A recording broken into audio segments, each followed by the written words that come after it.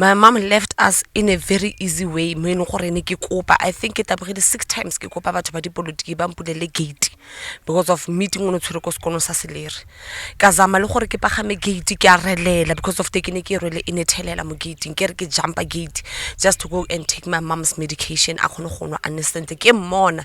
She was a distance mo go nna, but I kept on checking up on her. Hantse go buiwa mo meeting ke nta ke mo check, but ke mone ga tlhaka-tlhakana ke a kopa thuso gore ke kopa le buleng gate ke go tsaya dipilisi up to an extent gore ke ba fe dikitsa ka tsa koloi ke re ke kopa le mpulele gate tsang dikitsa ka kitse ke go kolong ke tse dipilisi fela ke my mom was seated the way ke dutseng ka teng South Africa.